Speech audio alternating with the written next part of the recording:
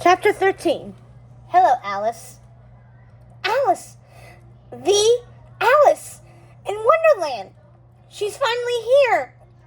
It's her! Robin murmurs, her eyes wide. Shh, I say. Don't interrupt the story. If she doesn't see us, maybe her story could continue the way it's supposed to. Alice doesn't seem to see us. That's because we're all still tiny, so we're basically down by her feet. So are the two white rabbits. Alice frowns at the table with the drink me sign. Oh, I am very thirsty, Alice says, going over to the table.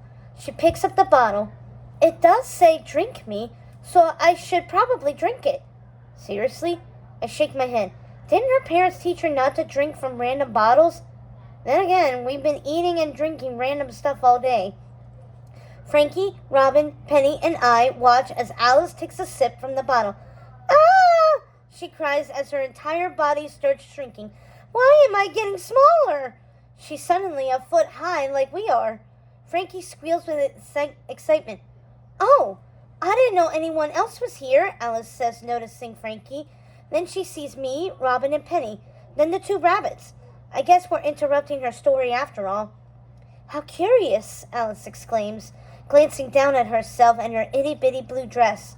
I see her look up at the giant table. I can tell she's confused. I'm about to tell her about the magic potion she drank when Robin rushes over and gives Alice a big hug. Well, a tiny hug. Robin's face is flushed. Alice! Alice, it's you! Oh my goodness, this is amazing! It's you, it's really you! Alice! What? You know me?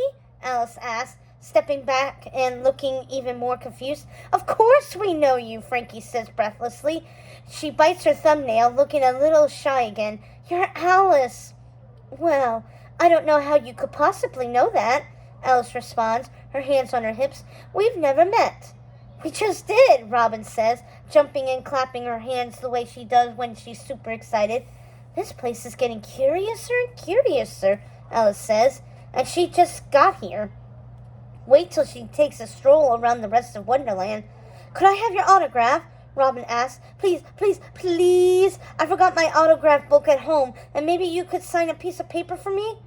Alice takes another step back from Robin, alarm in her eyes. So sorry, she says, but I can't help you. You can write on our arms, Frankie offers. Do you have a pen? I have a pencil in my pocket, Penny says, reaching into her jeans, but it won't write on skin. I so wish I had my sketch pad. She's gazing, mesmerized, at Alice, just like Robin and Frankie are. Alice is looking at the three of them as if they've lost their minds. I love your dress, Robin gushes to Alice. I love your dress too, Penny says. And your hair. We're practically hair twins. Maybe we could form a blonde hair club. I roll my eyes. This is a little embarrassing. I mean, it is very cool to meet the real Alice. And sure, my friends are new to this, but I've met a lot of fictional characters before. There's no way I was this awestruck when I met Snow White. No way. Was I? Maybe. Alice frowns. I'm afraid I don't understand. Sorry, I finally speak up and step forward. They're just excited to meet you. I'm Abby, and the redhead is Robin, the girl with the glasses is Frankie, and the other blonde is Penny. And you already know the white rabbit, or at least one of them. Alice looks at the rabbit who fell in before her. Well, I wouldn't say I know the white rabbit, but I've heard him saying he was late for something. I'd never seen a talking rabbit before, so I followed him and fell down the hole. Then she looks at the other white rabbit. There are two of you. Yes, but only one is the real white rabbit. The other is someone in disguise, and I'm going to figure out which is which. Somehow.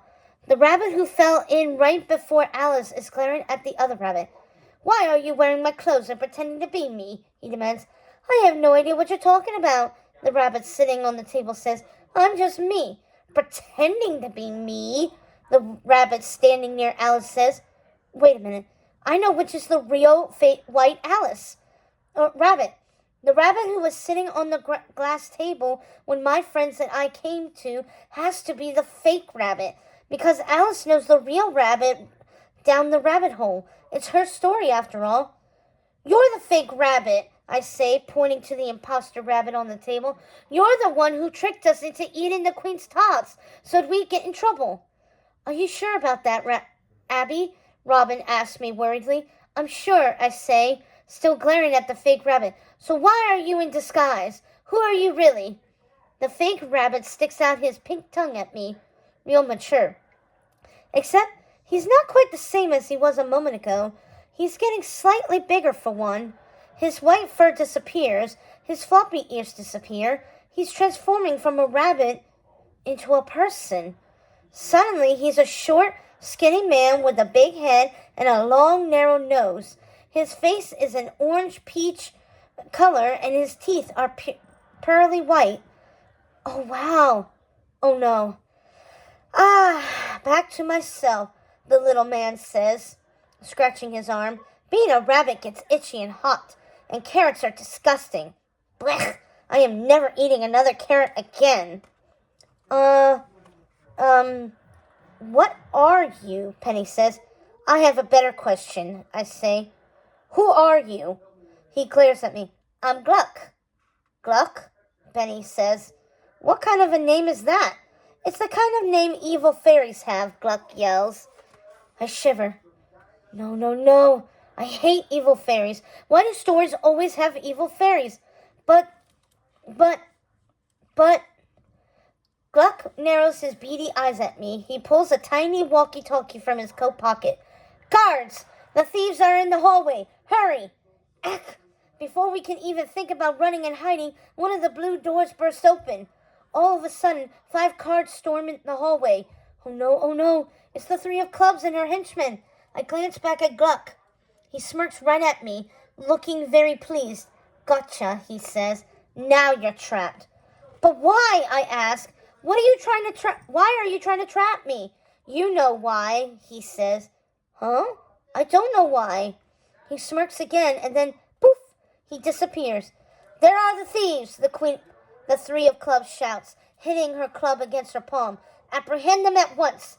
No, I yell. The 5 of clubs grabs my arm. The 6 of clubs grabs Penny. The 7 of clubs grabs Frankie.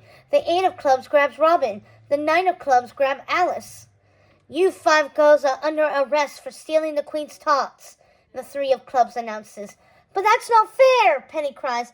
They weren't even good. They were sour, and Frankie and Alice weren't even there. I slap my free hand against my forehead.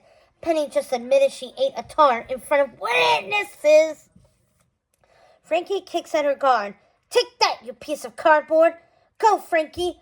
Off with her head for sure. The 7 of clubs growls as he rubs his chin. What are you going to do with us? Penny asks. I demand to know. Oh dear, oh my goodness. Oh dear, oh my, oh goodness, says the real white rabbit, hopping about worriedly. Prisoners aren't allowed to make demands, so shush, the 8 of clubs bellows at Penny.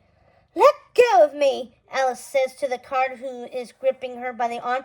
I haven't stolen anything. I just got here. Sure you did, the 3 of clubs says. You are a little girl like the others. You are probably in cahoots. Cahoots bashmoots, Alice yells. This can't be happening. Dinah! Dinah! Where is Dinah? Attack the cards, Dinah! Attack! Who's Dinah? You're coming with us, the 3 of clubs says. All 5 of you tot stealers will be put on trial immediately. The cards pull us toward the small door. No! Oh dear! Oh goodness! Oh dear! The real white rabbit says again, watching us go. I am sorry we ruined your dream, Frankie says to Alice as we're all dragged outside. Alice tilts her head. Is this a dream? No, I say. This is a nightmare.